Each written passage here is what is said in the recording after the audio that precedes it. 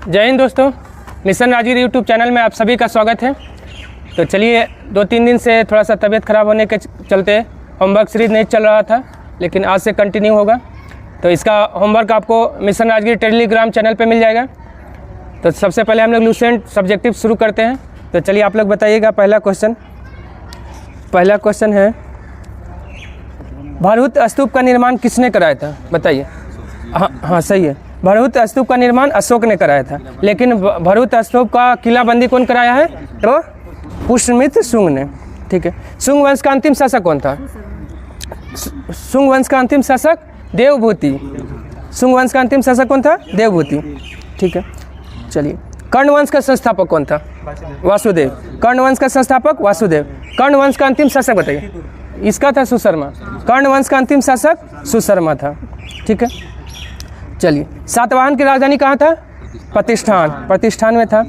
ठीक है। 2 अश्वमेध यज्ञ, एक राजसूय यज्ञ कौन करवाया था? पुष्यमित्र शुंग नहीं। 2 अश्वमेध यज्ञ और एक राजसूय यज्ञ भी है, तो कौन करवाया है? सातवाहन वंश का था सातकर्णी। गौतमी पुत्र सातकर्णी ने 2 अश्वमेध यज्ञ और एक राजसूय यज्ञ कराया। लेकिन सिर्फ बोलेगा ना 2 अश्वमेध यज्ञ तो पुष्यमित्र शुंग, लेकिन 4 अश्वमेध यज्ञ कौन करवाया था? वह काटक वंश का था, प्रवरसेन द्वितीय। हाँ, वह काटक वंश का तो था। ठीक है। चलिए, उसके बाद बताइएगा अगला। हाँ, सातवाहन जो है ना सिक्का ढालता था, और सिक्का ढालने के लिए जो शीशे का प्रयोग करता था उसे कहाँ से मंगाता था? रोम से मंगवाता था। ठीक है। ब्राह्मणों को भूमि अनुदान देने की प्रथा किसने प्रारंभ किया था? सातवाहन। इसका जानकारी किस अभिलेख से मिलता है?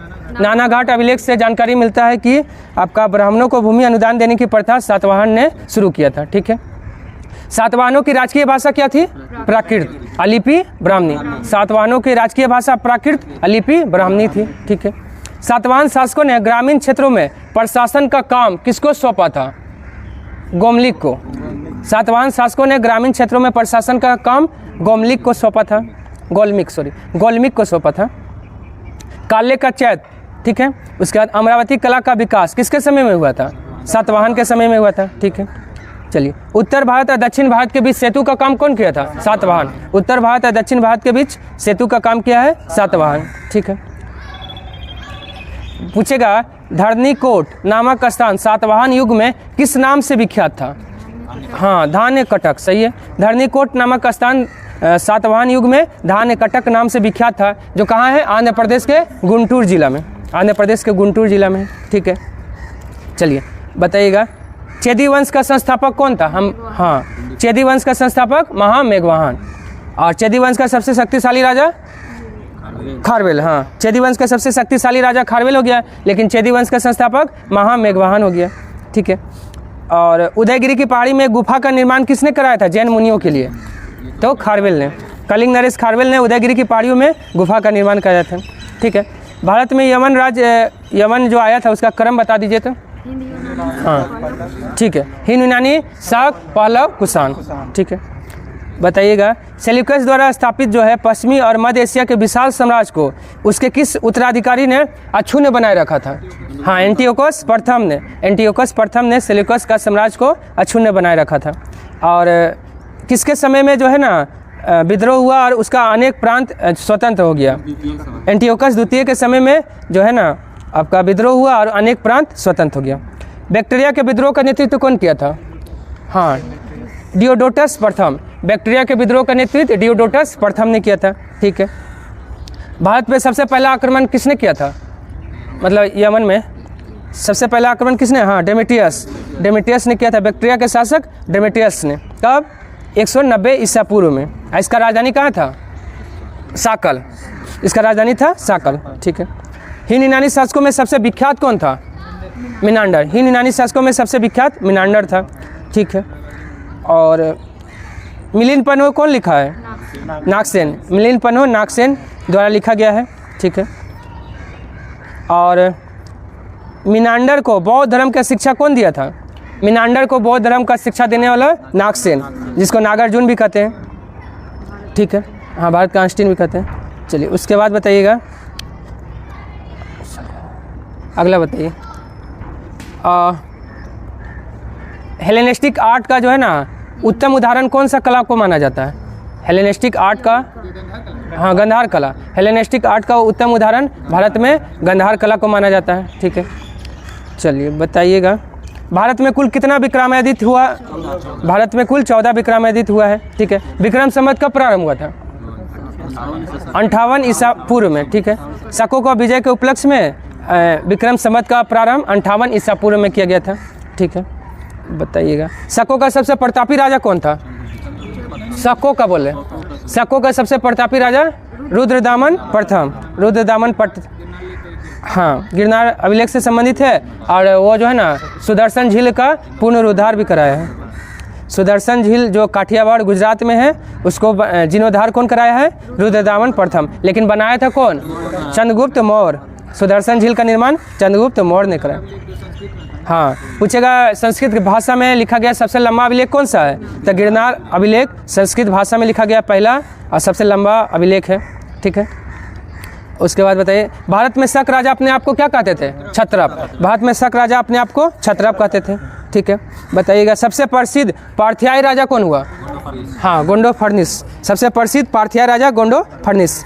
ठीक है, और सेंट थॉमस ईसाई धर्म का प्रचार प्रसार करने के लिए किसके समय में आया था? गोंडो फर्निसस के समय में। गोंडो फर्निस के समय में ना सेंट थॉमस ईसाई धर्म का प्रचार करने के लिए आया था। पार्थियाई लोगों का मूल स्थान कहाँ था? ईरान। हाँ, पार्थियाई लोगों का मूल स्थान ईरान था। ठीक है, बताइएगा पहलव के बाद कौन आया था? कुषाण। ठीक है, यूची और तोखरी किसको कहा जाता था?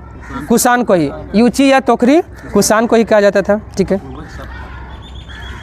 किसका? हाँ, उसी का शाखा से निकला। ठीक है, और कुषाण कितना शाखा में बटा हुआ था? 5। कुषाण वंश का संस्थापक कौन था?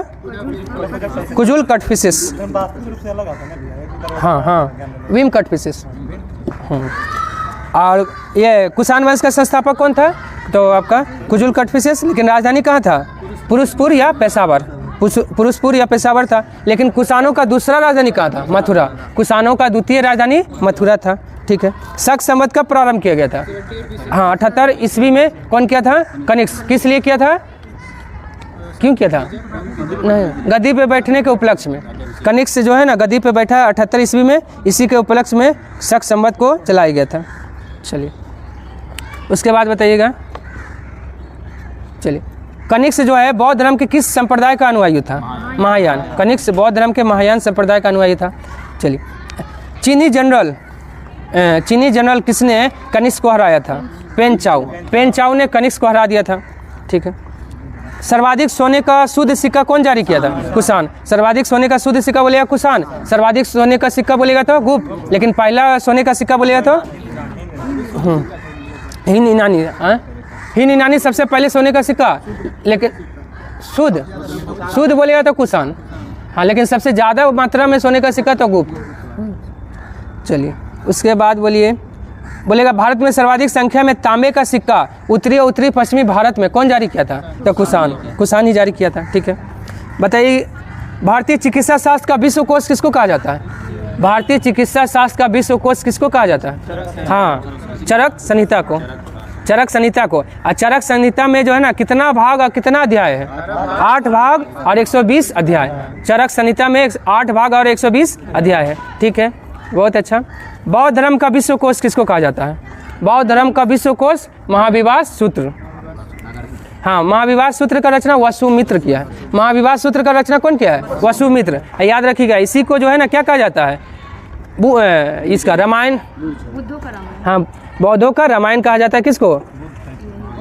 बुद्ध चरित्र को कहा जाता है। ठीक है ना, लेकिन बौद्ध धर्म का विश्व कोश बोलेगा तो महाविवाद सूत्र को। याद रखिएगा, तीनों अलग अलग क्वेश्चन है, फिर से बोल देते हैं। देखिए, चिकित्सा शास्त्र का विश्व कोश बोलेगा तो चरक संहिता। ठीक है, और बौद्ध धर्म का विश्व कोश बोलेगा तो महाविवाद सूत्र। ठीक है, और लेकिन बौद्धों का रामायण बोलेगा तो बुद्ध चरित्र। बौद्धों का रामायण बुद्ध चरित्र, जिसको कौन लिखा है? बुद्ध चरित्र अशोक घोष लिखा है, जिसको भारत का मिल्टन कहा जाता है। भारत का मिल्टन किसको कहा जाता है? अशोक घोष को कहा जाता है। ठीक है, उसके बाद बताइएगा माध्यमिक सूत्र पुस्तक का रचना कौन किया है? नागार्जुन। माध्यमिक सूत्र का रचना नागार्जुन। इसी में सापेक्षता का सिद्धांत भी दिए हैं। ठीक है, इसीलिए भारत का आइंस्टीन कहा जाता है। ठीक है, उसके बाद बताइएगा कनिष्क का मृत्यु कब हुआ था? हाँ 102 ईस्वी में कनिष्क का मृत्यु हुआ था। कुषाण वंश का अंतिम शासक कौन हुआ? वासुदेव हुआ। कुषाण वंश का अंतिम शासक वासुदेव। और कर्ण वंश का संस्थापक कौन था? वासुदेव। उनका भी नाम वासुदेव था यह। और कुषाण वंश का अंतिम शासक भी, दोनों अलग अलग व्यक्ति हैं, वासुदेव। ठीक है। कुषाण राजा जो है क्या कहलाते थे? देवपुत्र। यह देवपुत्र की उपाधि कहाँ से लिया था? चीनियों से। हाँ, कुषाणों ने देवपुत्र का उपाधि चीनियों से लिया था। ठीक है। गंधार कला के लिए कौन सा स्थान प्रसिद्ध था? नहीं, तक्षशिला। गंधार कला के लिए तक्षशिला फेमस था। ठीक है। और तक्षशिला किस नदी किनारे है? सिंधु और झेलम। तक्षशिला आपका सिंधु और झेलम नदी के किनारे है। ठीक है। और मथुरा संग्रहालय में किस कालीन, कौन सा काल का मूर्ति का संग्रह है? कुषाण काल। हाँ, मथुरा संग्रहालय में कुषाण कालीन मूर्तियों का संग्रह अधिक मात्रा में मिलता है। ठीक है। चलिए, उसके बाद रेशम मार्ग का आरंभ किसने किया था? कनिष्क। रेशम मार्ग का आरंभ कनिष्क ने किया था। ठीक है। उसके बाद बताइएगा, रेशम बनाने की तकनीक का आविष्कार सबसे पहले कौन किया? चीन। रेशम बनाने की तकनीक का आविष्कार चीन ने किया है। ठीक है। मथुरा किस नामक विशेष प्रकार का वस्त्र निर्माण केंद्र था? सूती हुआ, लेकिन नाम बताइए उसका। साटक। मथुरा साटक नामक विशेष प्रकार के वस्त्र निर्माण केंद्र था, याद रखिएगा। कुषाण काल में सबसे अधिक विकास किस क्षेत्र में हुआ? वास्तुकला के क्षेत्र में। कुषाण काल में सबसे अधिक विकास वास्तुकला के क्षेत्र में हुआ। बुद्ध की खड़ी प्रतिमा किस काल में बना था? कुषाण काल में बना था। ठीक है। लेकिन बुद्ध का सर्वाधिक प्रतिमा बोलेगा तो गंधार कला। हाँ, गंधार कला में। लेकिन प्रथम मूर्ति बोलेगा तो पहला बोलेगा मथुरा, और सर्वाधिक बोलेगा तो गंधार, और खड़ी मूर्ति बोलेगा तो कुषाण। और सबसे पहला मूर्ति भी जिसका उपासना यानी पूजा किया गया था, बुद्ध का ही मूर्ति था। ठीक है। चलिए, उसके बाद आइए बताइएगा, कुराल जो है तमिल साहित्य है, उसका रचना कौन किया है? हाँ, तिरुवल्लुवर। कुराल का रचना तिरुवल्लुवर ने किया है। ठीक है। और संगम साहित्य का संग्रह लगभग कितना ईसा पूर्व से कितना ईस्वी तक माना जाता है? हाँ, 300 ईसा पूर्व से 300 ईस्वी तक। 600 का भी डिफरेंस हो गया। 300 ईसा पूर्व से 300 ईस्वी तक है। ठीक है। बताइएगा, जो 3 गो ये हुआ था ना, तीन संगम हुआ था ना, तब पहला, दूसरा, तीसरा कहाँ कहाँ हुआ है? पहला संगम मदुरा, दूसरा कपाटपुरम और तीसरा मदुरा। पहला, तीसरा मदुरा और दूसरा हुआ कपाटपुरम। और अध्यक्षता कौन किया है? हाँ, अगस्त नकीरर। ठीक है। अगस्त पहला का, दूसरा का भी अगस्त, तीसरा का नकीरर। ठीक है। बताइए, तोलका पीएम का रचना किस संगम में हुआ है? तोलका पीएम का रचना दूसरा संगम में हुआ है, दूसरा तमिल संगम में हुआ है। और तोलका पीएम का रचना तोलका पियर ने किया है। ठीक है। उसके बाद बताइएगा आप लोग, अगला क्वेश्चन है, शिल्पाधिकारम का रचना कौन किया है? हाँ, इलांगो आडिगल। शिल्पाधिकारम की रचना इलांगो आडिगल। शिल्पाधिकारम क्या है? पायलों का गीत है। पायलों का गीत, हाँ, पायल का गीत है। ठीक है। उसके बाद बताइएगा, शीतले सतनार का रचना कौन किया है? हाँ, मणि मेखले। शीतले सतनार का रचना मणि मेखले। जीवक चिंतामणि का रचना कौन किया? जीवक चिंतामणि का रचना तिरुकदेवर। जीवक चिंतामणि का रचना कौन किया है? तिरुकदेवर। ठीक है। बताइएगा, तोलका पीएम जो है किस भाषा का व्याकरण था? तमिल। हाँ, तोलका पीएम जो है तमिल व्याकरण था। ठीक है। उसके बाद बताइएगा, हाँ, इरामावतारम का रचना कौन किया है? इरामावतारम का रचना कौन किया है? कंबन। हाँ, कंबन।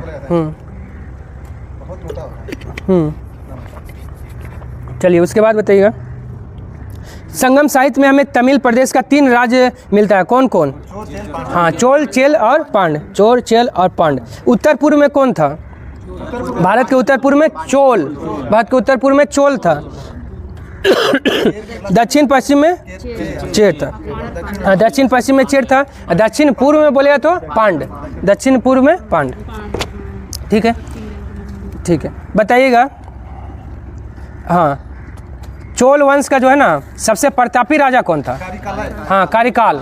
चोल वंश का सबसे प्रतापी राजा कारिकाल। इस संगम युगीन चोल के बारे में हम लोग बात करें। ठीक है। उसके बाद बताइएगा, चेरों का जो है सबसे प्रसिद्ध राजा कौन हुआ? हाँ, चेर वंश का सबसे, हाँ, चेर वंश का जो है सेनगुट्टन हुआ। कौन हुआ? सेनगुट्टन। अधिराज का उपाधि पत्नी नामक धार्मिक संप्रदाय का अनुष्ठान कौन किया है? सेनगुटन ही किया है। अधिराज और पत्नी नामक धार्मिक संप्रदाय का स्थापना सेनगुटन ही किया है। ठीक है, चलिए अगला बताइएगा। पांड्य राजाओं का जो है राजधानी कहाँ था? पांड्य राजाओं का राजधानी मदुरा। पांड्य राजाओं का राजधानी मदुरा था। अब पांड्य राजाओं में सबसे प्रतापी राजा नेडुजेलियन। ठीक है, पांड्य राजाओं में सबसे प्रतापी था नेडुजेलियन। ठीक है, संगम युग का अंतिम ज्ञात पांड्य शासक कौन था? ये पूछा हुआ था क्वेश्चन। संगम युग का अंतिम ज्ञात पांड्य शासक नलिवलकोडन। नलिवलकोडन जो था संगम युग का अंतिम ज्ञात पांड्य शासक था। ठीक है, संगम युग में राज्य को क्या कहा जाता था? मंडल। संगम युग में राज्य को मंडल कहा जाता था। राजा का जन्मदिन को क्या कहा जाता था? पेरुनल। राजा के जन्मदिन को पेरुनल कहा जाता था। ठीक है, ये भी पूछा था। राजा के न्यायालय को क्या कहा जाता था? मनरम। राजा के न्यायालय को मनरम कहा जाता था। ठीक है, अच्छा, सेना के सेनापति को कौन सा उपाधि दिया जाता था संगम युग में? एनाडी। हाँ, सेना के सेनापति को एनाडी का उपाधि दिया जाता था। ठीक है, बताइएगा। उसके बाद बताइए। ये सब तो ठीक है।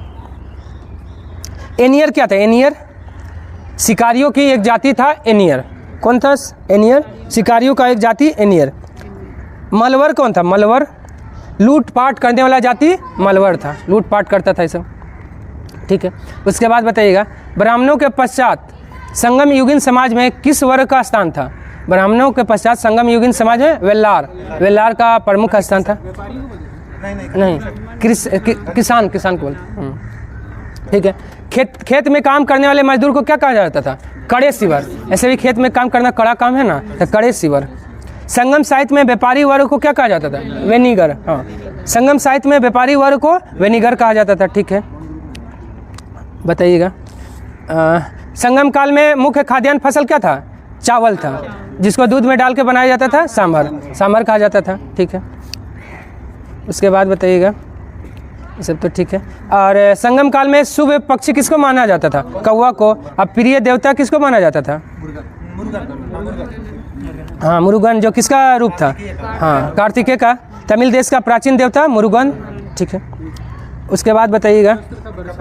हाँ, उनका शस्त्र बोलेगा तो बर्छा था। ठीक है, उसके बाद है अब प्रतीक बोलेगा तो मुर्गा। ठीक, उसके बाद बताइएगा। मोती खोजने का प्रमुख पतन कौन था? कोकय। मोती खोजने का प्रमुख पतन कोकय था। हाँ हाँ, देखिए, कोकय या सालियूर पांड्य का था, और चेर का था आपका बंदर। चेर का था बंदर का, और पांड्य का था कोकय और सालियूर। और कोकय मोती खोजने का बंदर का था। हाँ, अरिकमेडु चोल के संग। ठीक, हाँ, उसका 3-4 राजधानी था।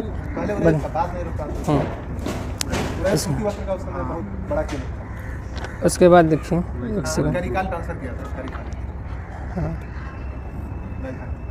चलिए उसके बाद बताइएगा। अगला बताइए। हाँ, कार्यकाल ले गया था। उरैल से कावेरीपट्टनम राजधानी को कौन ले गया है? कार्यकाल। ठीक है, संगम काल में मिस्र का एक नाविक आया था जो मानसूनी हवाओं के सहारे बड़े जहाज़ों से सीधे समुद्र पार कर सकने का विधि खोजा था। कौन? हिपोलस। हिपोलस खोजा था। ठीक है, उसके बाद बताइएगा। चलिए, यहाँ तक तो हो गया। गुप्त तो नहीं ना पढ़े थे? चलिए, नहीं हुआ था। चलिए, आइए ज्योग्राफी।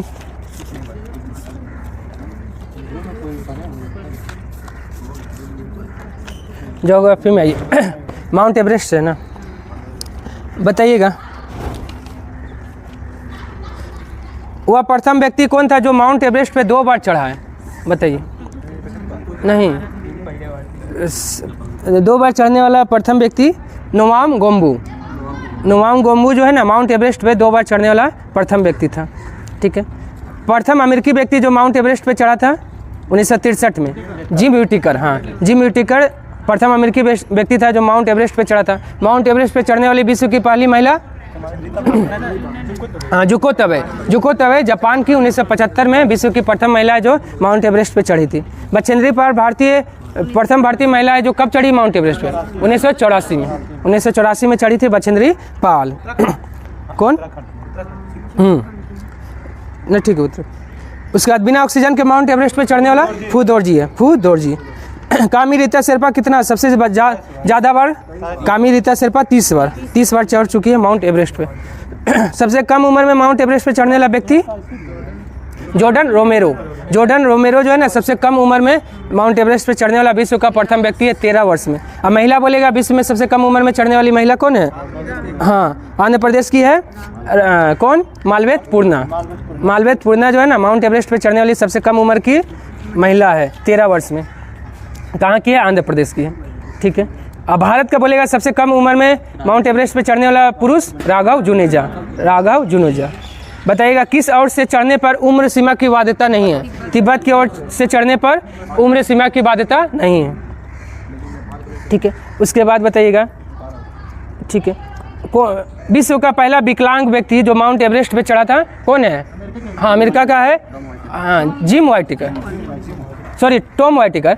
जिम वाइटिकर तो था वो पहला व्यक्ति अमेरिका का। जिम, ठीक है, जिम वाइटिकर था पहला व्यक्ति जो माउंट एवरेस्ट पे चढ़ा था, अमेरिका का पहला व्यक्ति।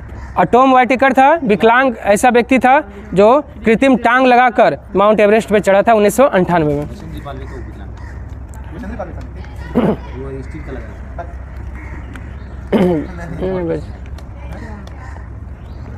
हीमोफीलिया रोग से पीड़ित प्रथम व्यक्ति जो माउंट एवरेस्ट पे चढ़ा था? हाँ, क्रिस बॉम्बार्डियर। क्रिस बॉम्बार्डियर जो है विश्व का पहला व्यक्ति है जो हीमोफीलिया रोग से पीड़ित था, फिर भी माउंट एवरेस्ट पे चढ़ा। अब विश्व का लगभग सभी महाद्वीप का चोटी पे चढ़ चुका है, सिर्फ विंसन महाद्वीप पे नहीं चढ़ा है। विंसन महाद्वीप किसका सर्वोच्च चोटी है? अंटार्कटिका का सर्वोच्च चोटी माउंट विंसन। माउंट विंसन है। ठीक है, एक बार देखिए तो चल रहा है। ठीक, बताइएगा विश्व का सर्वाधिक समाचार पत्र पढ़ने वाला देश कौन है? हांगकांग। कौन है? हांगकांग है। ठीक है।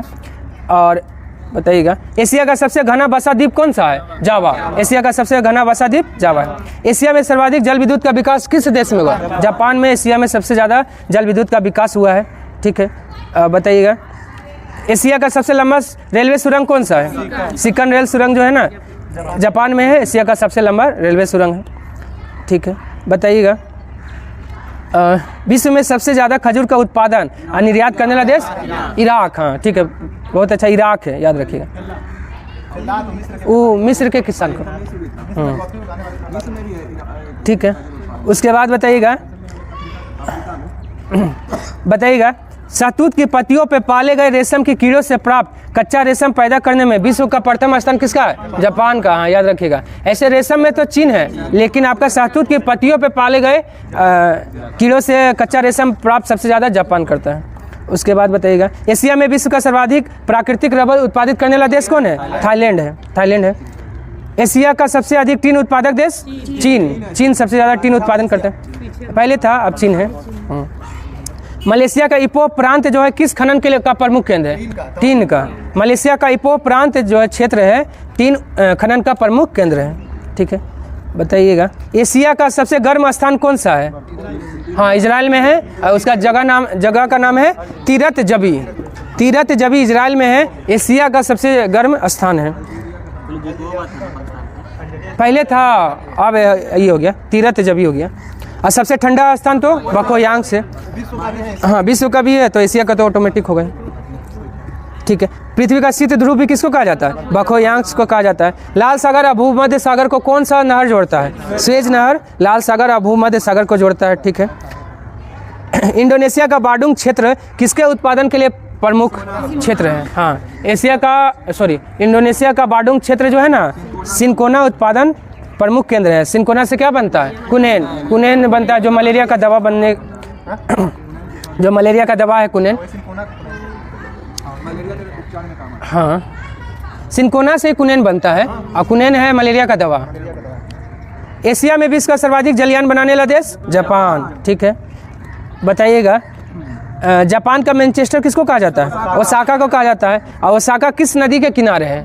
योडो नदी के किनारे। ओसाका योडो नदी के किनारे है। ठीक है, बहुत अच्छा। बताइएगा अंगोरा, अंगोरा र है लास्ट में, अंगोरा ऊन किससे प्राप्त किया जाता है? बकरी। हाँ, अंगोरा रहेगा ना र, हाँ, तो बकरी। अंगोला खरगोश, ला तो खरगोश, याद रखिएगा।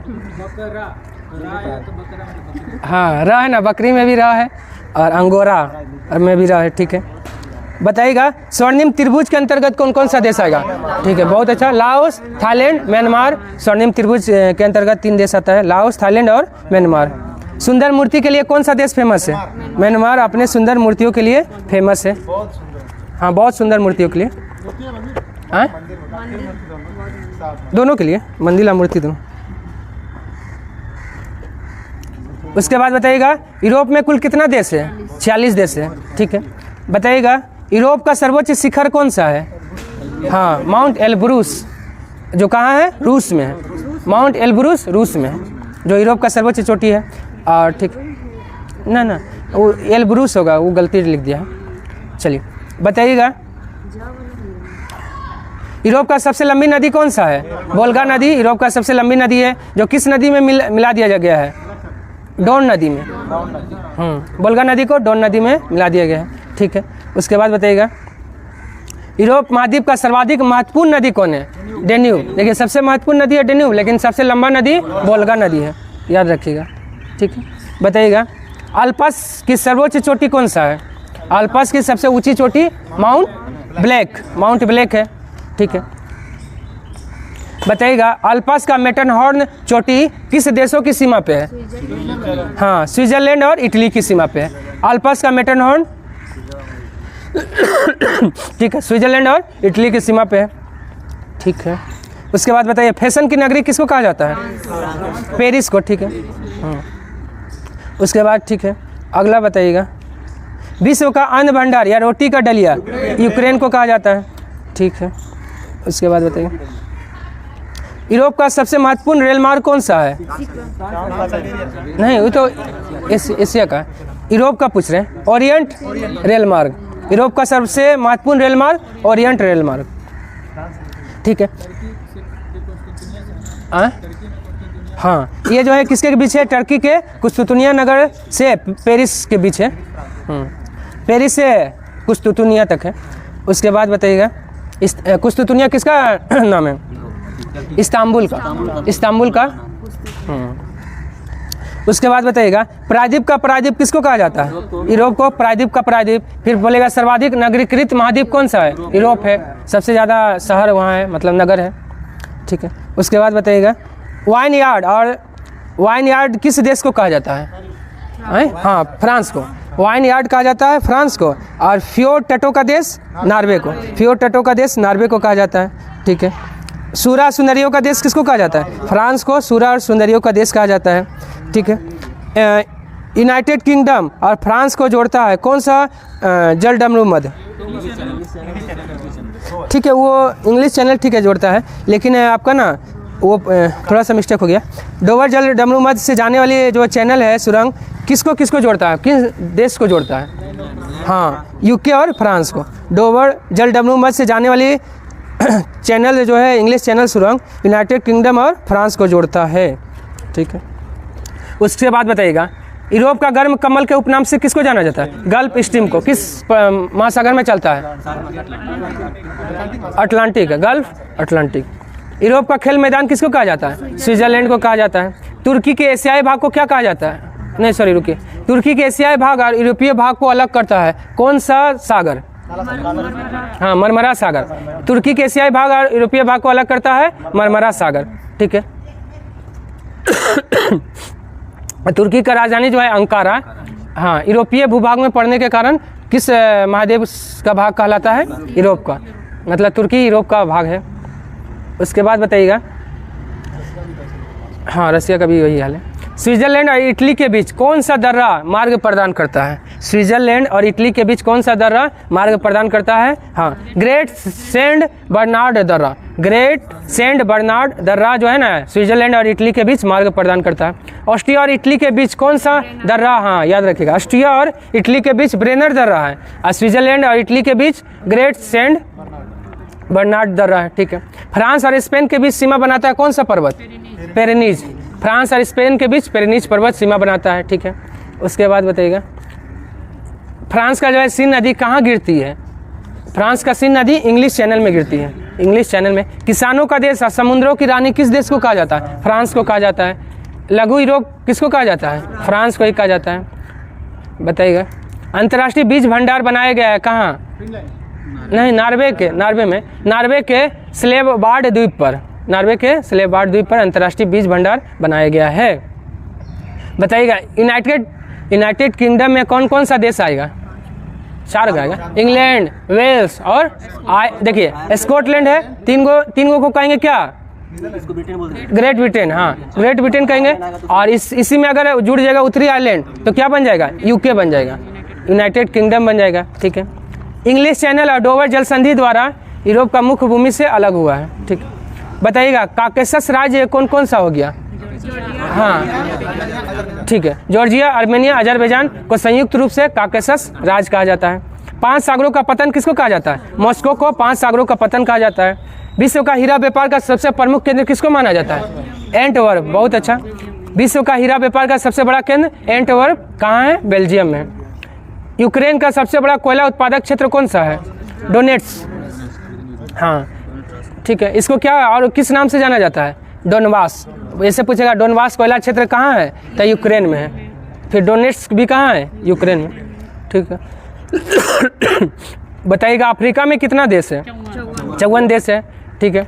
कॉन्टिनेंट ऑफ कंट्रास्ट किस महादेश को कहा जाता है? अफ्रीका महादेश को कॉन्टिनेंट ऑफ कंट्रास्ट कहा जाता है।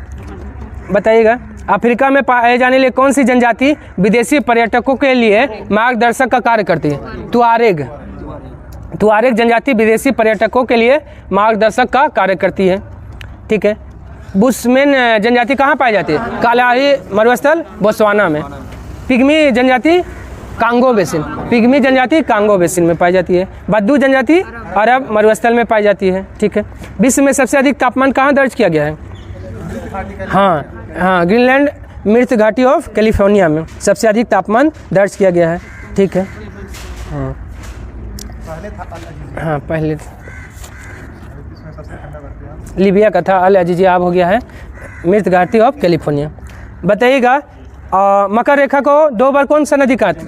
लिम्पोपो काटती है। विषुवत रेखा को 2 बार कांगो या जारे। लेकिन मकर रेखा को 3 बार कौन काटती है? बरमेजो नदी मकर रेखा को 3 बार काटती है, याद रखिएगा। अफ्रीका का ट्रांसवाल क्षेत्र किस जानवर के लिए विश्व विख्यात है? जेब्रा और जिराफ के लिए है अफ्रीका का ट्रांसवाल क्षेत्र है। ठीक है। बताइएगा उसके बाद बताइएगा स्वेज नहर का जो है ना निर्माण कब स्टार्ट हुआ था? 1869 में। हाँ, स्वेज नहर का निर्माण किया गया था 1869 में। ठीक है। और इसका जो है ना निर्माण हो जाने से भारत और यूरोप के बीच कितना दूरी कम गया है? 7,000 का दूरी कम गया है। ठीक है। और ये जो है स्वेज नहर का राष्ट्रीयकरण कब किया गया था? 1956 में किया गया था। ठीक है। स्वेज नहर का लंबाई अभी कितना हो गया है? 193 हो गया है। लंबाई इसका बढ़ गया है। इसका लंबाई बढ़ गया है। हाँ, 193 किलोमीटर हो गया इसका लंबाई। उसके बाद बताइएगा स्वेज नहर का जो है ना उत्तरी छोर को क्या कहा जाता है? हाँ, पोर्ट सैयद। देखिए दक्षिणी छोर वही होता है लेकिन उत्तरी छोर का नाम पोर्ट सैयद। उत्पादन की दृष्टि से जो है ना विश्व का सबसे बड़ा हीरे का खान कौन सा है? हाँ, उत्पादन की दृष्टि से देखेंगे तो किम्बर्ले का खान सबसे बड़ा हीरे का खान है। लेकिन क्षेत्रफल की दृष्टि से देखेंगे तो ओरापा का खान सबसे बड़ा है जो बोत्सवाना में है। दोनों याद रखिएगा, उत्पादन में है किम्बर्ले और क्षेत्रफल में है ओरापा जो कहाँ है? बोत्सवाना में। ठीक है। उसके बाद बताइएगा विश्व का सबसे बड़ा हीरा कौन सा है? हाँ, कुलीनान। हाँ, सर थॉमस कुलीनान के नाम पर रखा गया था कुलीनान हीरा। 1905 में खोज किया था। 3106 कैरेट का है। हाँ, 3106। उसके बाद बताइएगा ठीक है टेफिलालेट मरुधान किस देश में है? टेफिलालेट मरुधान किस देश में है? मोरक्को में। मोरक्को का है। अब मोरक्को से कौन भारत आया था? इब्न बतूता आया था। Ibn Battuta. उसके बाद बताइएगा एटलस पर्वत जो है ना इसका सर्वोच्च चोटी कौन सा है? एटलस पर्वत का सर्वोच्च चोटी टाउबकल। हाँ, कौन है? टाउबकल। उसके बाद बताइएगा स्वर्ण नगर के नाम से किसको जाना जाता है? जोहान्सबर्ग को स्वर्ण नगर के नाम से जाना जाता है और किम्बर्ले को हीरो का नगर के नाम से जाना जाता है। ठीक है। अब बताइएगा दक्षिण अफ्रीका का न्यायिक राजधानी किसको माना जाता है? Bloom fountain. दक्षिण अफ्रीका का न्यायिक राजधानी बोलेगा ना तो ब्लूम फाउंटेन, यहाँ इसका सर्वोच्च न्यायालय है। दक्षिण अफ्रीका का विधायी राजधानी कौन सा है? Cape Town. दक्षिण अफ्रीका का विधायी राजधानी केप टाउन, लेकिन ऐसे बोलेगा आपका दक्षिण अफ्रीका का क्या है? जोहान्सबर्ग है आपका प्रशासनिक राजधानी। हाँ 3 गो है आपका। देखिए विधायक राजधानी हो गया केप टाउन, न्यायिक राजधानी हो गया ब्लूम फाउंटेन और प्रशासनिक राजधानी हो गया आपका जोहान्सबर्ग। ठीक है, उसके बाद बताइएगा स्टेनली जलप्रपात किस नदी पे है? हाँ स्टेनली जलप्रपात कांगो नदी पे है। विक्टोरिया जलप्रपात किस नदी पे है? जाम्बेजी पे। विक्टोरिया है जाम्बेजी पर, स्टेनली है कांगो पे। और आसमान बांध किस नदी पे है? नील नदी पे, याद रखिएगा। हाँ मिस्र में है। उसके बाद बताइएगा करीबा बांध किस नदी पे है? करीबा बांध जाम्बेजी नदी पे। करीबा बांध जाम्बेजी नदी पे है। देखिए विक्टोरिया प्रपात और आपका करीबा बांध दोनों जाम्बेजी नदी पे है। ठीक है, उसके बाद है सबसे अधिक जल विद्युत का संभावना जो है ना किस नदी पे है? यही है जाम्बेजी नदी पे। सबसे अधिक जल विद्युत पैदा की जाती है। सबसे अधिक जल विद्युत यहाँ पैदा किया जाता है, हाँ संभावना अलग है आपका। उसके बाद बताइएगा हॉर्न ऑफ अफ्रीका में कौन कौन सा देश आता है? हाँ इथोपिया, सोमालिया, जिबूती और इरिट्रिया, 4 देश आता है हॉर्न ऑफ अफ्रीका में। ठीक है, अफ्रीका का प्रमुख खजूर उत्पादक देश मिस्र, और मिस्र के किसान को फेल्ला कहा जाता है। गोल्ड कोस्ट के नाम से किसको हाँ गोल्ड कोस्ट के नाम से घाना को कहा जाता है। अफ्रीका में सीसल नामक पौधे से क्या पैदा किया जाता है? जूट। अफ्रीका में सीसल नामक पौधे से जूट का उत्पादन किया जाता है। अफ्रीका का सर्वाधिक नगरीकृत देश कौन है? लीबिया, याद रखिए। अफ्रीका का सर्वाधिक नगरीकृत देश लीबिया है। और अफ्रीका का सर्वाधिक जनसंख्या वाला देश नाइजीरिया। अफ्रीका का सर्वाधिक जनसंख्या वाला देश है नाइजीरिया। लेकिन आपका अफ्रीका का सबसे ज़्यादा क्षेत्रफल वाला देश कौन सा है? अल्जीरिया। अल्जीरिया क्षेत्रफल में बड़ा, ठीक है, और नाइजीरिया जनसंख्या में बड़ा। और नगरीकरण मतलब शहर का मात्रा ज़्यादा है कहाँ? लीबिया में। पाम तेल का नदी किसे कहा जाता है? नाइजर को। पाम तेल का नदी नाइजर को। वनों का देश कांगो, ठीक, वनों का देश कांगो। और दक्षिणी सूडान का राजधानी क्या है? जूबा। दक्षिणी सूडान का राजधानी जूबा। जो यूएनओ का 193वां देश कौन बना है? दक्षिणी सूडान। ठीक है, किलिमंजारो के पूर्वी ढलानों पर कहवा की कृषि कौन सा जनजाति करती है? छग्गा जनजाति। छग्गा जनजाति करती है आपका किलिमंजारो के पूर्वी ढलान पे कहवा की कृषि करती है। चलिए ज्योग्राफी हो गया, अब अगला आते हैं पॉलिटी का। पॉलिटी में बताइएगा राष्ट्रपति को पेंशन कितना दिया जाता है? पेंशन का बात बोले 1.5 लाख, वेतन है 5 लाख, लेकिन आपका पेंशन तो 1.5 लाख ना है। उसके बाद स्टाफ खर्च के लिए महीना में 60,000, स्टाफ खर्च के लिए महीना में 60,000 दिया जाता है। ठीक है, अब बताइएगा इम्पोर्टेंट अनुच्छेद पूछ रहे हैं। किसी अनुदान की मांग राष्ट्रपति की सिफारिश के आधार पर ही किया जाएगा, अन्यथा नहीं। यह किस अनुच्छेद में है? 113 का 3, बहुत अच्छा। किसी अनुदान की मांग राष्ट्रपति की सिफारिश पे किया जाएगा, अनुच्छेद 113 का 3 में है। ठीक है, राष्ट्रपति का अध्यादेश कितना मिनिमम कितना समय तक रह सकता है? 6 सप्ताह। 6 सप्ताह मिनिमम, 6 सप्ताह, क्योंकि 6 सप्ताह में आपका अनुमोदन करना आवश्यक होता है। एक बार अनुमोदन हो गया तो 6 महीना 6 सप्ताह रहेगा। चलिए, राष्ट्रपति उत्तराधिकार अधिनियम कब आया था? राष्ट्रपति उत्तराधिकार अधिनियम 1969 में, जब 14 बैंकों का राष्ट्रीयकरण हुआ था, याद रखिएगा। उसके बाद बता दीजिए राष्ट्रपति उम्मीदवार के लिए कितना प्रस्तावक और कितना अनुमोदक होना चाहिए? 50 प्रस्तावक 50 अनुमोदक। वही उपराष्ट्रपति के लिए 20-20, याद रखिएगा 20-20 है वहाँ। क्या? हाँ वो बढ़ाया गया था फिर, ज़्यादा खड़ा हो जा रहा था उम्मीदवार इसलिए। उसके बाद बता दीजिए अगला, क्षमादान की शक्ति राष्ट्रपति के पास है किस अनुच्छेद के द्वारा? अनुच्छेद 72 के द्वारा। ठीक है, और क्षमादान में कितना प्रकार का शक्ति है? 4 ना है। पहला है दंड को क्षमा करने का, दूसरा परिलंबन, तीसरा परिहार और चौथा लघुकरण।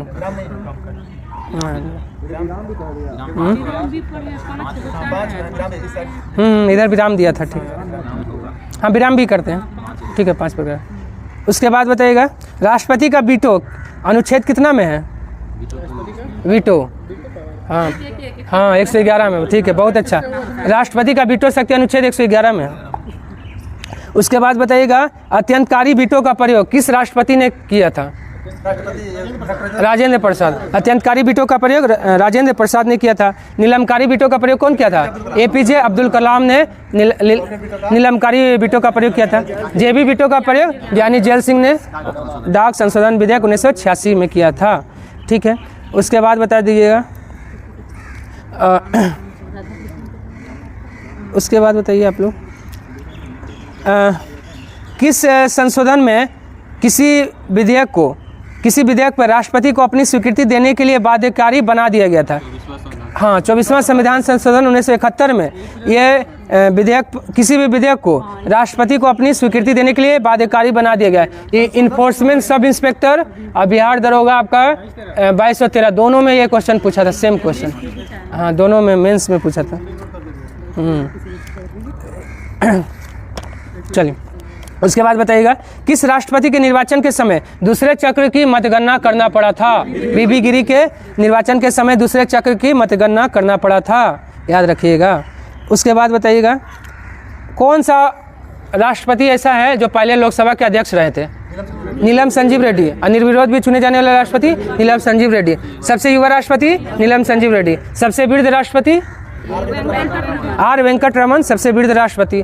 दलित राष्ट्रपति, पहला दलित राष्ट्रपति आर के नारायण हो गए। पहले गृह मंत्री थे, बाद में राष्ट्रपति बने। नहीं, ज्ञानी जैल सिंह। पहले गृह मंत्री और बाद में राष्ट्रपति। और क्या था? हाँ, ऐसा कौन सा राष्ट्रपति थे जो आपका क्या थे?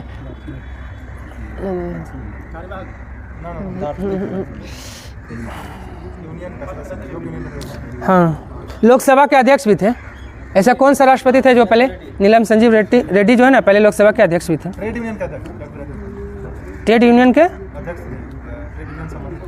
बीबी गिरी थे।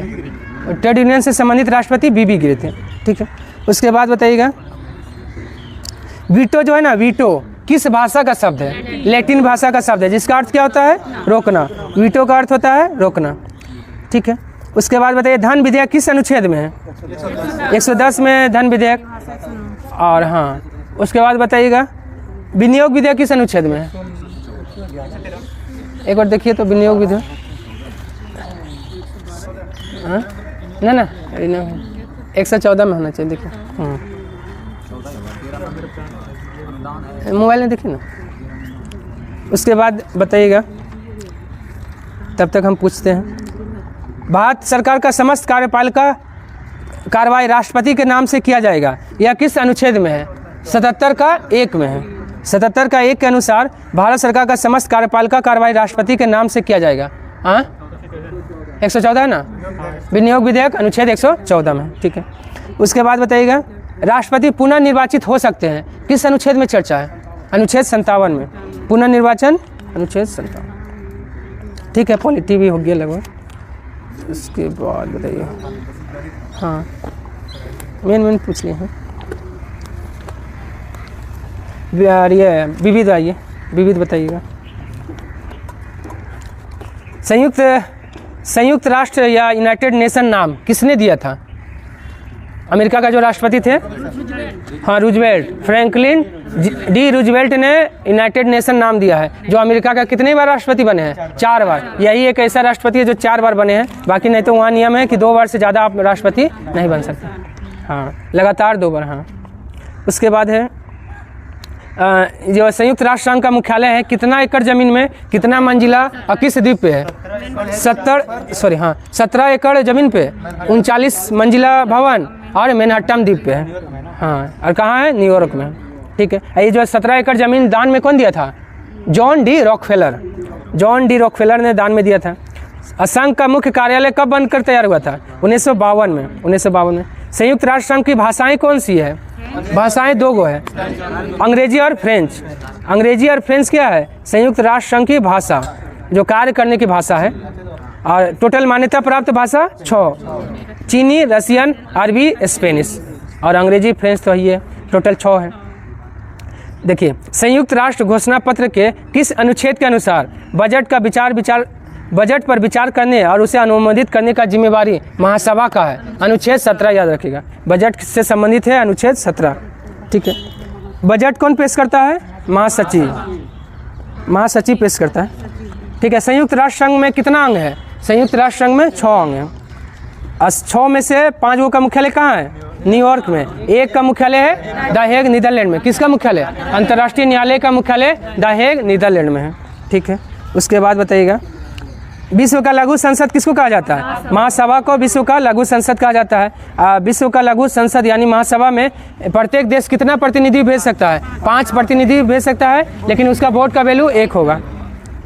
प्रत्येक नियमित सत्र की शुरुआत पर महासभा अपने एक अध्यक्ष और कितने उपाध्यक्ष का चयन करती है? 21। एक अध्यक्ष और 21 उपाध्यक्ष का चयन करती है महासभा अपनी पहली बैठक में। और महासभा की 7 मुख्य समितियों का अध्यक्ष का चुनाव भी करती है।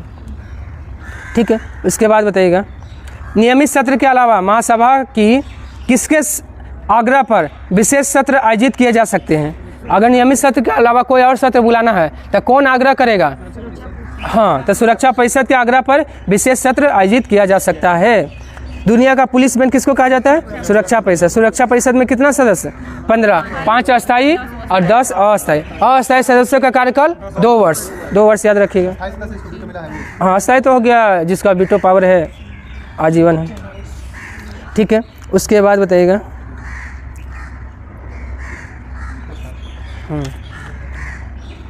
इधर तो पढ़ लिए थे ना।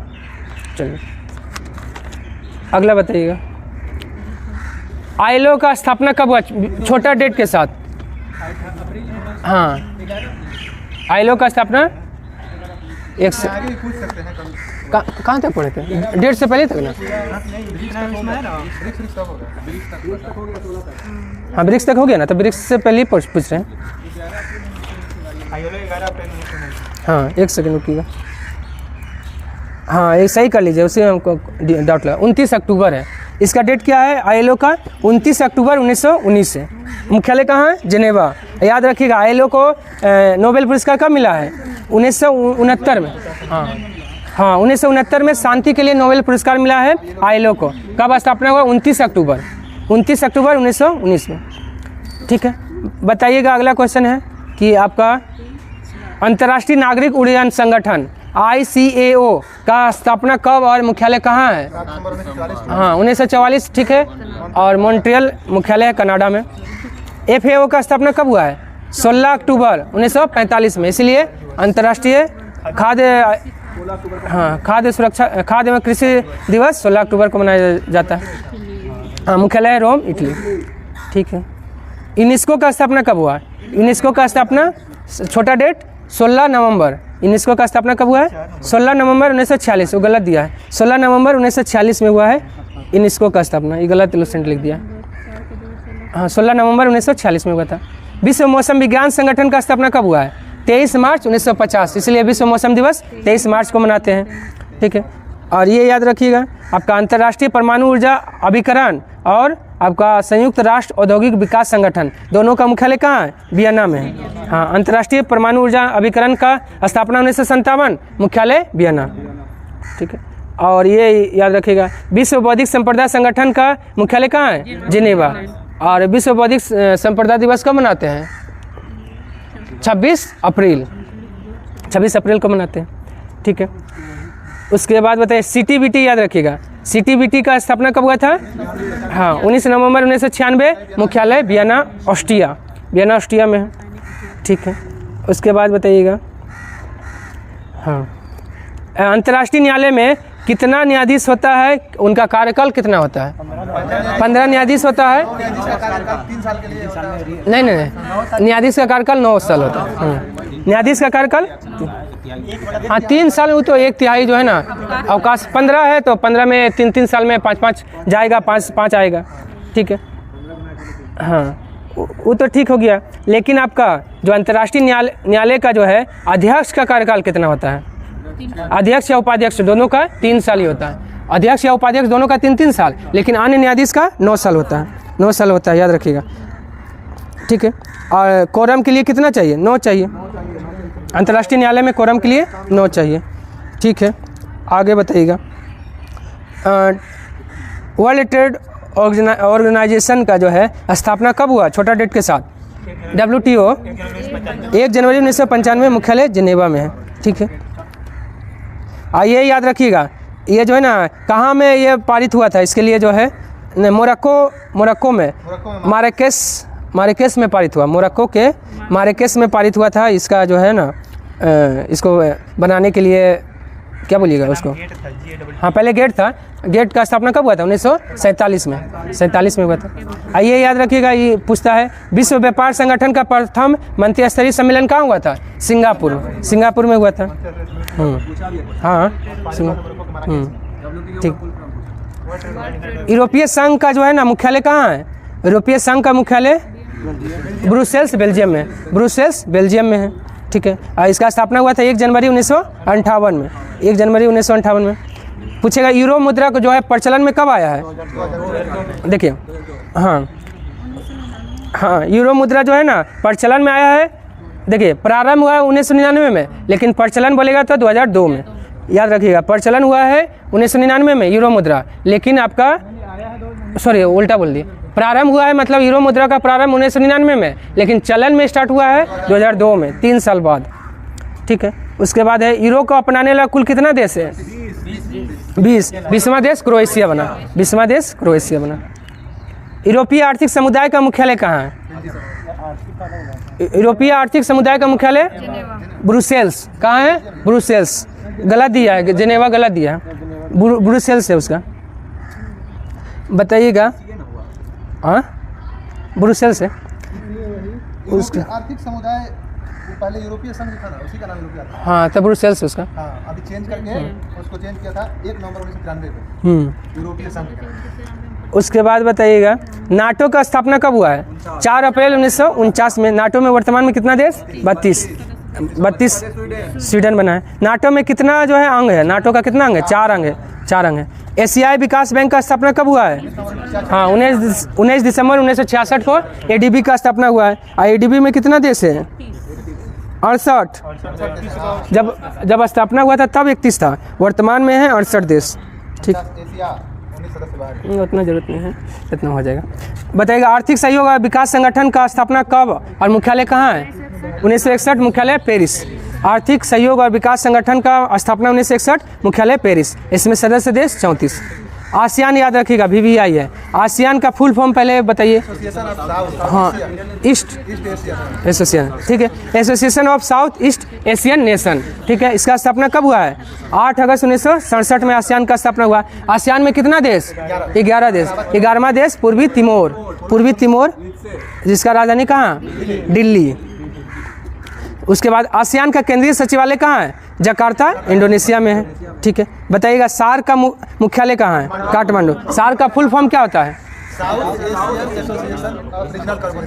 ठीक है, the South Asian Association for Regional Cooperation, SAARC हो गया। सार्क का स्थापना कब हुआ था? 7 से 8 दिसंबर 1985 में हुआ था सार्क का स्थापना। सार्क का कितना देश है? 8। सार्क में 8 देश है। ठीक है, याद रखिएगा। हाँ सार्क का प्रथम शिखर सम्मेलन 1985 ढाका में हुआ। हाँ बिमस्टेक का मुख्यालय भी ढाका में। G8 का स्थापना कब हुआ था? 1900। पहले देखिए G7 था, 1975 में ये स्थापना हुआ। इसी को G8 जब रूस इसमें मिल गया था ना, तो हाँ फिर निकल गया रूस, अब फिर से आपका G7 बन गया है। चलिए उसके बाद है, इसमें 7 गो देश है। उसके बाद बताइए अरब लीग का स्थापना कब हुआ था? 1945 में, मुख्यालय काहिरा में। ओपेक का स्थापना 1960 बगदाद में हुआ था, मुख्यालय कहाँ है? वियना है। स्थापना हुआ था बगदाद में 1960, लेकिन मुख्यालय है वियना में। ठीक है, रेड क्रॉस का स्थापना कब हुआ था? 1863 में। कौन क्या था? हेनरी डुनोट में। मुख्यालय कहाँ है? Geneva, Switzerland. और 3 बार रेड क्रॉस को नोबेल पुरस्कार मिला है। कब 1917, 1944, 1963। 1917, 1944, 1963 में मिला है 3 बार नोबेल पुरस्कार। ठीक है, रेड क्रॉस दिवस कब मनाया जाता है? 8 मई को। क्यों मनाया जाता है? हेनरी डुनोट का जन्मदिन है। स्थापना नहीं हुआ है, हेनरी डुनोट का जन्म है 8 मई को, याद रखिएगा। राष्ट्रमंडल का स्थापना कब हुआ है? 1926 या 1931, अगर दोनों रहे ना तो 1931 मारिएगा, ज़्यादा 1931 में। हाँ भारत 1949 में जो है ना, हाँ इसका सदस्यता जो है ना संविधान सभा ने वो ये किया था, नहीं उसको मतलब प्रमाणित कर दिया कि ठीक है सदस्य। इसके बाद बताइएगा राष्ट्रमंडल में वर्तमान में कितना सदस्य देश है? 56 है। हाँ गेबोन टोंगो। नाम का स्थापना कब हुआ था? 1961। देश कितना है? 120। मुख्यालय कहाँ है? काठमांडू। नासिर, नेहरू और टिटो किया था, तीनों मिलकर। ठीक है। ब्रिक्स का स्थापना कब हुआ था? 2009 में हुआ था। ब्रिक्स का स्थापना कहाँ पे हुआ था? तो रूस के शहर एकटेरिनबर्ग में, रूस के शहर एकटेरिनबर्ग में हुआ था। और दक्षिण अफ्रीका कब शामिल हुआ? 2010 में। हाँ, ब्राजीलिया में हुआ सम्मेलन में यह घोषणा किया गया 2010 में जो है यह घोषणा हुआ कि दक्षिण अफ्रीका को हम लोग शामिल कर लेंगे। 11 में सम्मेलन हुआ तो 11 में दक्षिण अफ्रीका सदस्य के रूप में शामिल हो गया। ठीक है, ये सब तो हो गया। ठीक है, चलिए ये हो गया। हाँ, करेंट पूछ देते हैं। करेंट और साइंस में है, रुकिए साइंस पूछ दो पहले। इस हाँ, सामान्य विज्ञान आइए, लूसेंट वाला, ग्रीन वाला जो है होमवर्क दिया जाता है। चलिए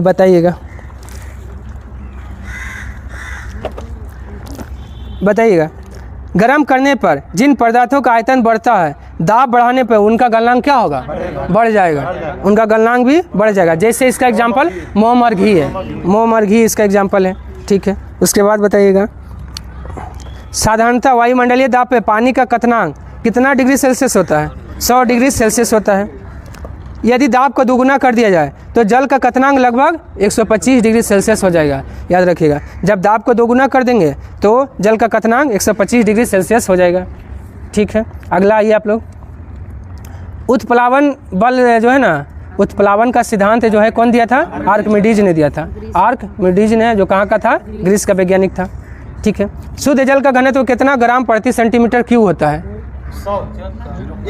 1। हाँ, शुद्ध जल का घनत्व 1 ग्राम प्रति सेंटीमीटर क्यूब या 1000 किलोग्राम प्रति मीटर क्यूब होता है। ठीक है, उसके बाद बताइएगा, दूध की शुद्धता को किससे मापते हैं? लैक्टोमीटर से मापते हैं। आर्किमिडीज के सिद्धांत पे काम करता है लैक्टोमीटर। अपेक्षित घनत्व को किससे मापेंगे? हाइड्रोमीटर से। अपेक्षित घनत्व को हाइड्रोमीटर से मापेंगे, याद रखिएगा। ये भी हाइड्रोमीटर किस पे काम करता है? आर्किमिडीज के सिद्धांत के प्लावन के सिद्धांत पे काम करता है। प्लावन के सिद्धांत पे काम करता है, याद रखिएगा। उसके बाद बताइएगा, अगला है सब नॉर्मल क्वेश्चन। अच्छा, ये है, अच्छा, आर्किमिडीज का सिद्धांत तो आपका जल के लिए ठीक है, लेकिन गैस में यह नियम लागू होता है आर्किमिडीज का सिद्धांत? हाँ, गैस में भी होता है। आर्किमिडीज का सिद्धांत गैस पे भी लागू होता है।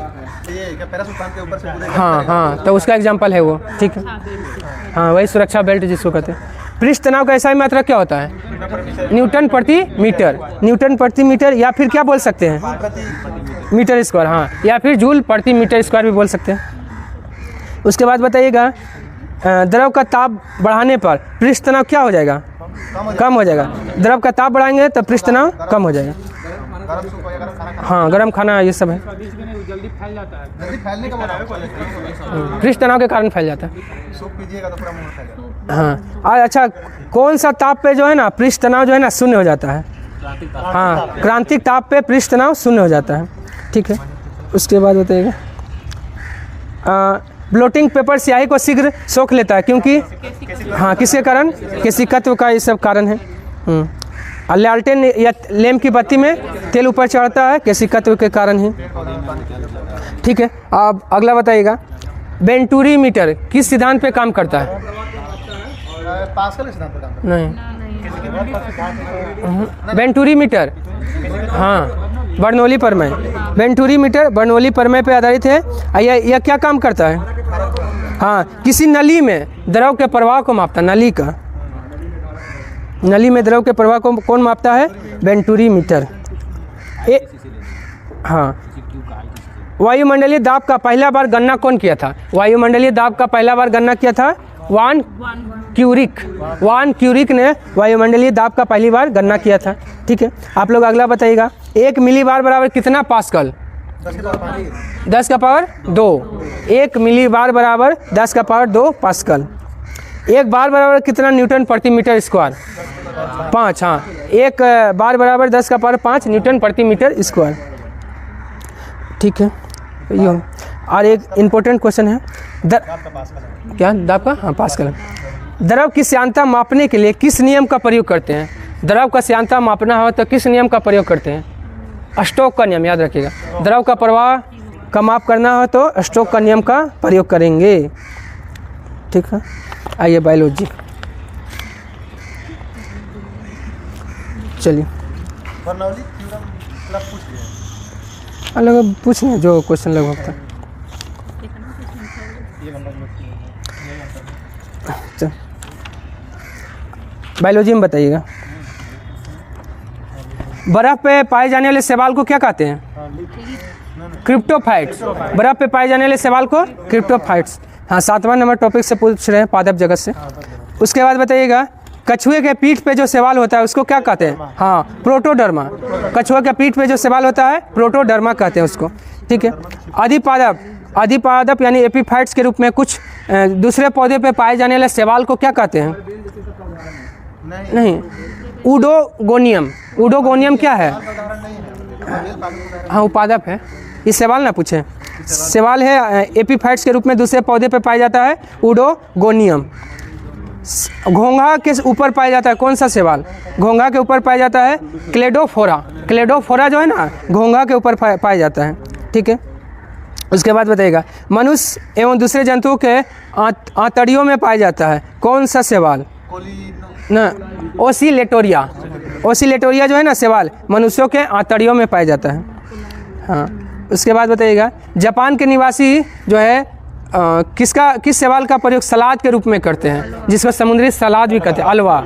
अलवा का प्रयोग जापान के निवासी सलाद के रूप में, जिसको समुद्री सलाद भी कहते हैं। चीन के निवासी किस सवाल का प्रयोग भोजन के रूप में? नोस्टक। नोस्टक का प्रयोग चीन के लोग भोजन के रूप में करते हैं, सवाल है।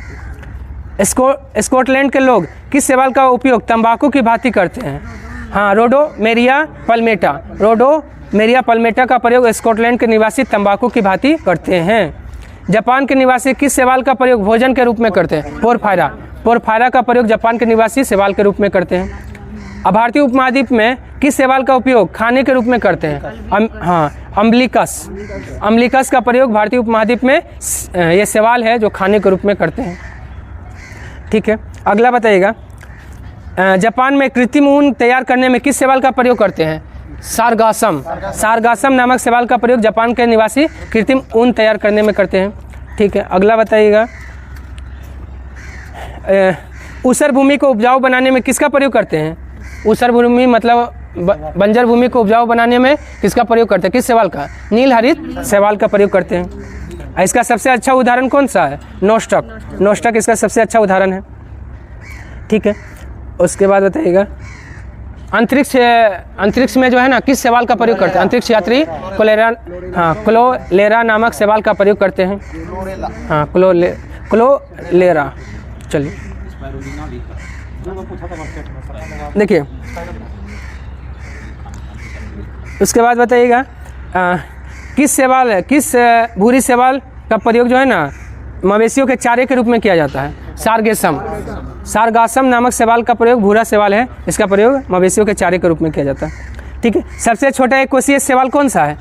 एसिटा बलेरिया। एसिटा बलेरिया सबसे छोटा एक कोशिकीय सवाल है। सबसे बड़ा सवाल कौन है? हाँ, मैक्रोसिस्टिस।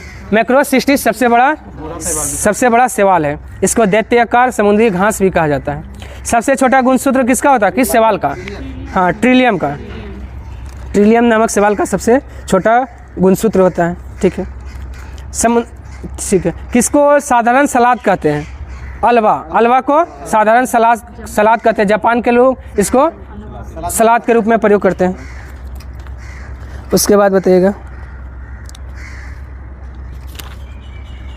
अगला बताइएगा, हाँ, एंटीसेप्टिक के रूप में किस सवाल का प्रयोग करते हैं?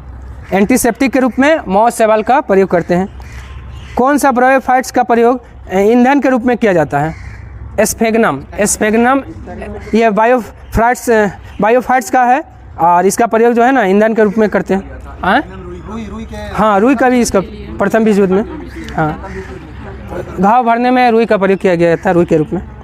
मृदा अपरदन को रोकने वाला कौन सा वर्ग है? मृदा अपरदन को रोकने वाला वर्ग ब्रायोफाइट्स। ब्रायोफाइट्स मृदा अपरदन को रोकता है। ठीक है, उसके बाद बताइएगा, तारपीन का तेल किससे प्राप्त होता है? चीड़ के पेड़ से तारपीन का तेल। सेड्रस तेल किससे प्राप्त होता है? देवदार के पेड़ से, देवदार से सेड्रस। और सेड कास्ट तेल किससे प्राप्त होता है, किस लकड़ी से, जूनिपेरस, जूनिपेरस की लकड़ी से सेड कास्ट तेल, देवदार की लकड़ी से सेड्रस तेल और चीड़ के पेड़ से तारपीन का तेल प्राप्त होता है। यहीं तक ना हुआ था, हाँ यहीं तक हुआ था। चलिए करंट पूछ लेते हैं, ISPD करंट। अच्छा पहले आगे से पूछ लें, 1 मार्च से 15 मार्च तक पूछिए। मतलब बात नहीं पूछ सकते, हाँ आगे वाला मतलब पहले से।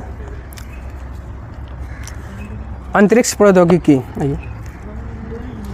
अंतरिक्ष में जाने वाला पहला भारतीय पर्यटक कौन बना है? हाँ गोपी थोटाकुरा, गोपी थोटाकुरा अंतरिक्ष में जाने वाला पहला भारतीय पर्यटक बना है। ठीक है, उसके बाद बताइएगा अगला, जापान ने चंद्र लैंडर स्लिम ले जाने वाला किस रॉकेट लॉन्च, कौन सा रॉकेट को लॉन्च किया है? हाँ जापान ने चंद्र लैंडर स्लिम को ले जाने वाला एक रॉकेट लॉन्च किया है, उसका नाम है H2A है। आइंस्टीन प्रोब जो है किस देश ने लॉन्च किया है? चाइना ने आइंस्टीन प्रोब लॉन्च किया है। दक्षिण कोरिया ने राष्ट्रीय अंतरिक्ष एजेंसी का स्थापना किया है, उसका नाम क्या रखा है? कासा। दक्षिण कोरिया ने राष्ट्रीय अंतरिक्ष एजेंसी का निर्माण किया है, उसका नाम कासा। 1000 दिन अंतरिक्ष में बिताने वाला विश्व का पहला व्यक्ति बना है ओलेग कोनोनेंको। ओलेग कोनोनेंको 1000 दिन अंतरिक्ष में बिताने वाला पहला व्यक्ति बना है, जो कहाँ का है? रूस का है, रूस का है। भारत ने सिंगापुर के धरती अवलोकन उपग्रह को लॉन्च किया है, उसका नाम क्या है? टेलियोस 2 है। उसके बाद बता दीजिएगा अगला है, दुनिया का पहला 3D रॉकेट जो है कहाँ से लॉन्च किया गया है? आंध्र प्रदेश के श्रीहरिकोटा से दुनिया का पहला 3D रॉकेट लॉन्च किया गया है। अंतरिक्ष में पहला मानव युक्त मिशन पूरा किया है किस अंतरिक्ष यान ने? वर्जिन गैलेक्टिक ने अंतरिक्ष में पहला मानव युक्त मिशन पूरा किया है। भारत का पहला ध्रुवीय मिशन क्या नाम है? भारत का पहला ध्रुवीय मिशन का नाम एक्सपोसेट है। हाँ भारत का ही है। केनिया ने पहला operational earth observation satellite launch किया है, इसका नाम है टाइफा 1 है। नासा ने चंद्रमा पर अपने मानव अंतरिक्ष यान आर्टेमिस 2 के लिए कितना अंतरिक्ष यात्रियों का एक टीम का घोषणा किया है? 4 अंतरिक्ष यात्रियों का एक टीम का घोषणा किया है। ठीक है, मंगल ग्रह पर एक विशाल ज्वालामुखी मिला है, इसका नाम क्या रखा गया है? नोटिक्स ज्वालामुखी मिला है कहाँ? मंगल ग्रह पे मिला है। ठीक है, आइए पीछे, फरवरी है, अच्छा 1 मार्च से 15। चलिए बताइएगा, भारत का वर्तमान में नया लोकपाल कौन बने हैं? वर्तमान में बोले हैं अजय मानिकराव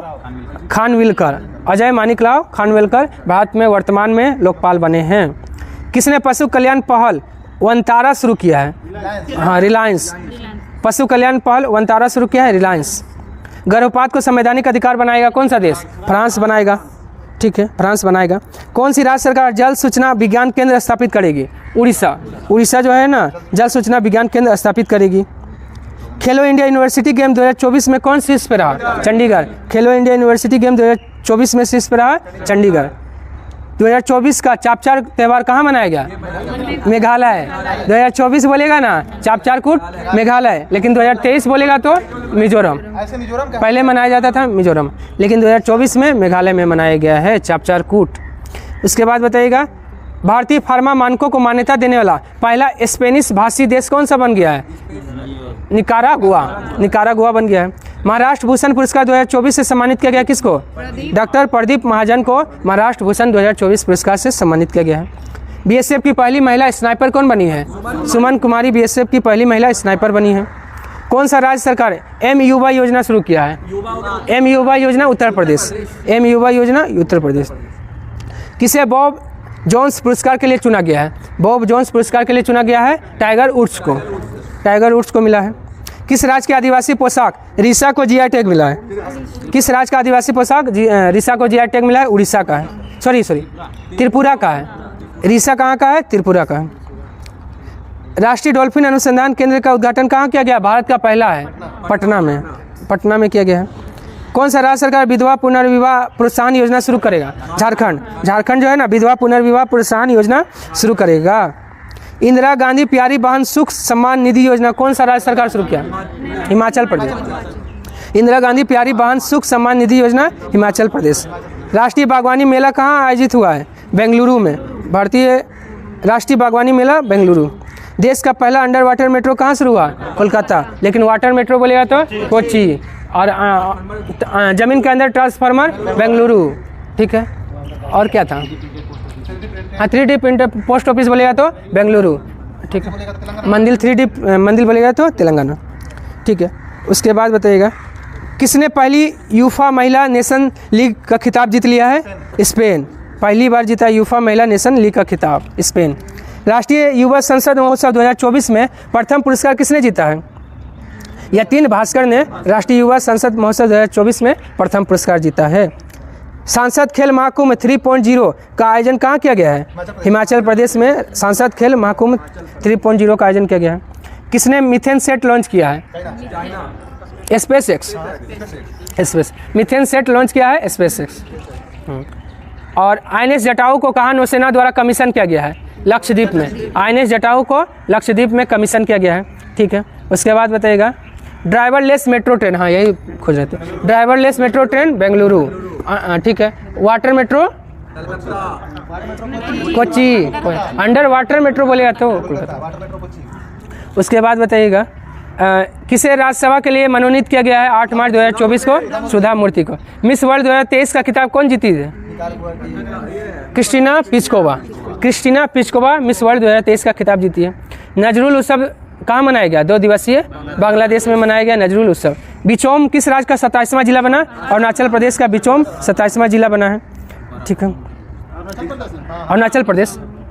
पूर्वोत्तर भारत फिल्म उत्सव 2024 कहाँ आयोजित हुआ है? इम्फाल। इम्फाल किसका राजधानी है? मणिपुर का राजधानी इम्फाल। पूर्वोत्तर भारत फिल्मोत्सव 2024 आयोजित हुआ है। चलिए, उसके बाद बताइएगा मिस वर्ल्ड ह्यूमैनिटेरियन अवार्ड से किसे सम्मानित किया गया है? नीता अंबानी को। हाँ, ह्यूमैनिटेरियन अवार्ड मिला है। ठीक है, नीदरलैंड के इरास्मस पुरस्कार 2024 से किसे सम्मानित किया गया? अमिताभ घोष को इरास्मस पुरस्कार मिला है नीदरलैंड का। ठीक है, 27 सितंबर को किस दिवस के रूप में मनाने की घोषणा किया गया है? हैदराबाद स्वाधीनता दिवस या मुक्ति दिवस। हैदराबाद स्वाधीनता दिवस या मुक्ति दिवस। ठीक है, उसके बाद बताइए संगीत नाटक अकादमी पुरस्कार से सम्मानित किया गया किसको? मंजुला रामास्वामी को। संगीत नाटक अकादमी पुरस्कार मिला है मंजुला रामास्वामी। फूलदेई त्यौहार कहाँ शुरू हुआ? उत्तराखंड में फूलदेई त्यौहार शुरू हुआ है। ठीक है, उसके बाद बताइए सत्येंद्र सिंह को किस राज्य का लोकायुक्त नियुक्त किया गया है? मध्य प्रदेश का लोकायुक्त सत्येंद्र सिंह को नियुक्त किया गया है। ठीक है, उसके बाद बताइएगा अगला क्वेश्चन, अंतिम क्वेश्चन, किस राज्य का पुलिस द्वारा ऑपरेशन कामधेनु शुरू किया गया है? हाँ, जम्मू कश्मीर के पुलिस द्वारा ऑपरेशन कामधेनु शुरू किया गया है। हाँ, आज के लिए इतना ही, धन्यवाद। अगर पसंद आए तो लाइक सब्सक्राइब शेयर करना ना भूलें। इसका जो है आपका homework mission Rajgir Telegram channel पे मिल जाएगा, वहाँ से आप होमवर्क को कंप्लीट कर सकते हैं। ये जो है बिहार पुलिस, बिहार दरोगा, बिहार SSC के लिए काफ़ी इंपॉर्टेंट होगा। धन्यवाद।